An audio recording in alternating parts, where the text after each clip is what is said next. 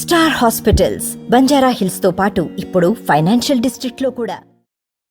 తెలంగాణ రాష్ట్ర వ్యాప్తంగా నేటి నుండి ప్రజాపాలనకు సంబంధించిన అప్లికేషన్ ఫారాలు తీసుకుని ఉన్నారు. నిజామాబాద్ మున్సిపల్ కార్పొరేషన్ పరిధిలో అప్లికేషన్ ఫారాలు తీసుకున్నారు. మనతో మాట్లాడేందుకు నిజామాబాద్ మున్సిపల్ కమిషనర్ మకరంద్ ఉన్నారు. సార్ చెప్పండి, నిజామాబాద్ మున్సిపాలిటీ 60 డివిజన్లు 60 డివిజన్ల వారిగా ఎలా ఇది ప్రజాపాలనకు సంబంధించి ఎలా ఈ అప్లికేషన్ స్వీకరణ జరుగుతుంది? ముందుగా నిజామాబాద్ మున్సిపల్ కార్పొరేషన్ ప్రజలందరికీ నమస్కారం. అయితే ఈ ప్రజాపాలన ప్రోగ్రాం యొక్క ముఖ్య ఉద్దేశం అందరూ గమనించాలి. అంటే ఈ 6 గ్యారంటీలు ఏవైతే ఉన్నాయో 6 గ్యారంటీలకు సంబంధించి అభయహస్తం అనే నినాదంతో గవర్నమెంట్ ఈ ప్రోగ్రామ్ని ముందుకు తీసుకోవాలనుకుంటుంది. దాంట్లో మొదటి దశగా ఈ ప్రజాపాలన ప్రోగ్రాంలో అప్లికేషన్స్ స్వీకరించడం జరుగుతుంది.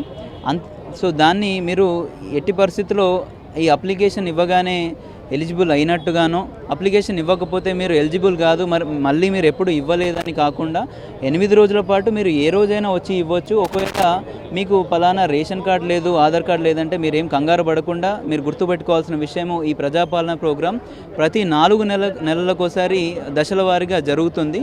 సో ఎవరు కూడా ప్రజలు ఇబ్బంది పడకుండా స్మూత్గా వెళ్ళడానికి అన్ని ఏర్పాట్లు చేయడం జరిగింది. అయితే 60 డివిజన్స్లో డివిజన్కి మనకి 2 కౌంటర్లు, ఒక హెల్ప్ డెస్క్ 8 రోజుల పాటు ఉండేటట్టుగా ఏర్పాట్లు చేయడం జరిగింది. దాంతోపాటుగా స్పెషల్గా వార్డు సభలు అనేటివి ప్రతిరోజు ఒక 8 వార్డులలో మనం చేసుకుంటున్నాము. దీనికి కారణం ఏంటంటే ఆ స్పెషల్ వార్డు సభలో మాత్రము ఎక్స్ట్రా కౌంటర్లతో, ఎక్స్ట్రా హెల్ప్ డెస్క్తో ఆ రోజు ఎలాంటి ఇబ్బంది ఉన్నా అప్పుడు అక్కడున్న స్థానిక కార్పొరేటర్ గారికి కానీ అక్కడున్న మేజర్ టీమ్కి చెప్పుకోవడానికి టీం అంతా కూడా మీ వద్దకు వస్తుంది. కాబట్టి ఇబ్బందులు లేకుండా మీరు అప్లికేషన్ని వితౌట్ ఎనీ డిస్కంఫర్ట్ మీరు ఇవ్వాలని ఇన్స్ట్రక్షన్స్ కూడా ప్రాపర్గా పాస్ చేయడం జరిగింది. అదే సార్, చెప్పండి, ముఖ్యంగా కొంతమందికి రేషన్ కార్డు లేదు, దానివల్ల కొంతమంది అపోహలు పడుతున్నారు. మాకు రేషన్ కార్డుకి సంబంధించి ఇందులో అప్లికేషన్లో పొందుపరచలేదు, దానికి ఎలాంటి అప్లికేషన్ తీసుకుంటారు?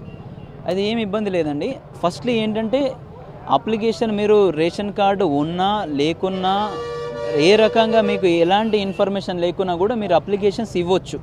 దాంట్లో ఎలాంటి ఇబ్బంది పడకండి. సెకండ్ పాయింట్ ఏంటంటే ఏ స్కీము ఎవరికి వర్తిస్తుంది, ఏ రకంగా వర్తిస్తుందని ప్రాపర్ గైడ్లైన్స్ అనేవి ఇప్పటివరకు రాలేదు.